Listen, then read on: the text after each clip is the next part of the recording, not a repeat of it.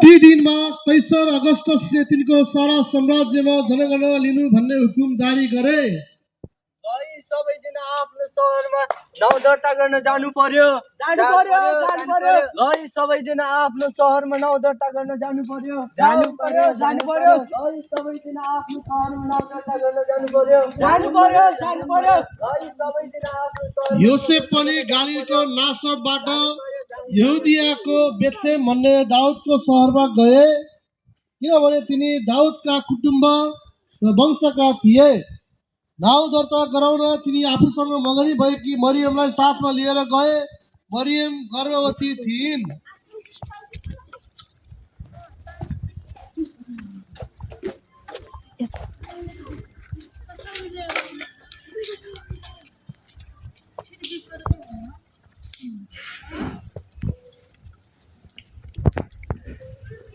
तिनीहरू नाउँ दर्ता गराउन गएका बेला मरियमको बालक जन्माउने बेला आयो।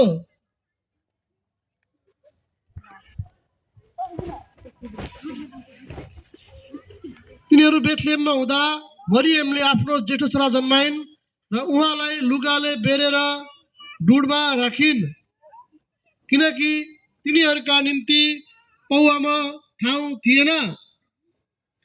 त्यही इलाकामा गोठालाहरू थिए जसले चौरमा बसी राति आफ्नो बगालको रखवाली गर्थे। प्रभुका एकजना स्वर्गदूत तिनीहरूका देखा परे। तब स्वर्गदूतले तिनीहरूलाई भने, हेर, म तिमीहरूलाई एउटा बडो आनन्दको सुसमाचार सुनाउनेछु, सबै मानिसहरूका निम्ति हुनेछ।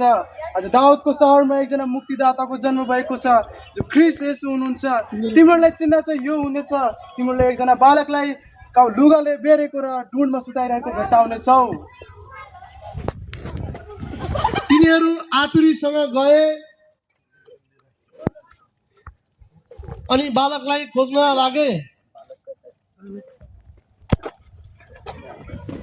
तिनीहरूले मरियम र योसेफ दुवैलाई र बालकलाई चाहिँ डुँडमा सुतिरहेको भेटाए।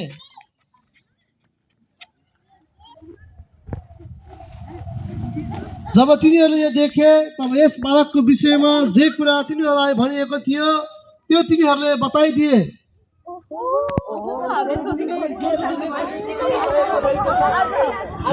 गोठालाहरूले बताएका कुरा सुन्नेहरू सबै आश्चर्यचकित भए।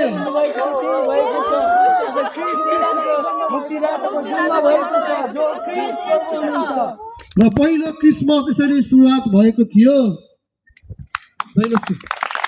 यो मृत्युद्वारा परमेश्वरको दया भएको हामीले जान्न